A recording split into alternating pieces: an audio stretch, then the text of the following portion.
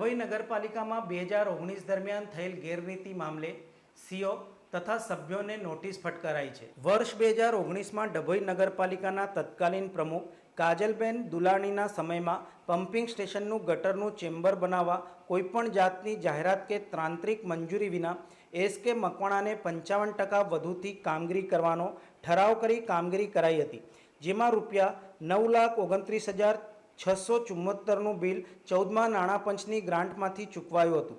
આમ ડભોઈ નગરપાલિકા દ્વારા ગુજરાત નગરપાલિકા અધિનિયમ 1963ની કલમ 671 અન્વયે 5,000થી વધુનું બિલ હોય તો વર્તમાન પત્રમાં જાહેરાત આપી ટેન્ડર મંગાવી નોટિસ પ્રસિદ્ધ કરવાની હોય, જે પ્રક્રિયા ડભોઈ નગરપાલિકાએ કરેલ નથી।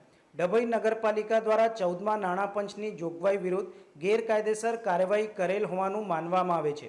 14મા નાણાં પંચમાંથી ચૂકવવાનો ઠરાવ કરી ગુજરાત નગરપાલિકા અધિનિયમ 1963ની કલમ 67નો ભંગ કરેલ છે, જેને લઈને કમિશનર મ્યુનિસિપાલિટી એડમિનિસ્ટ્રેશનની કચેરીએ 8 ઓગસ્ટ 2024ના રોજ સુનાવણી રાખી છે, જેમાં વર્ષ 2019માં ડભોઈ નગરપાલિકાના તત્કાલીન ચીફ ઓફિસર એસકે ગરવાલ, પૂર્વ પ્રમુખ કાજલબેન દુલાણી, બિરેન શાહ, પૂર્વ ચેરમેન નાણાં સમિતિ ડભોઈ નગરપાલિકા ઇઝરાયલ પારીખાવાલા, પૂર્વ સભ્ય દાનિયલ સૈયદ, પૂર્વ સભ્ય દક્ષાબેન રબારી, પૂર્વ સભ્યને નોટિસ ફટકારાઈ છે।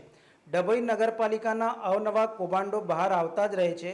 નગરપાલિકાના સભ્યોને નગરપાલિકા કાયદાની જાણકારી ન હોય, પણ ચીફ ઓફિસરને જાણકારી ન હોય એમ માનવામાં કોઈ કારણ છે ખરું?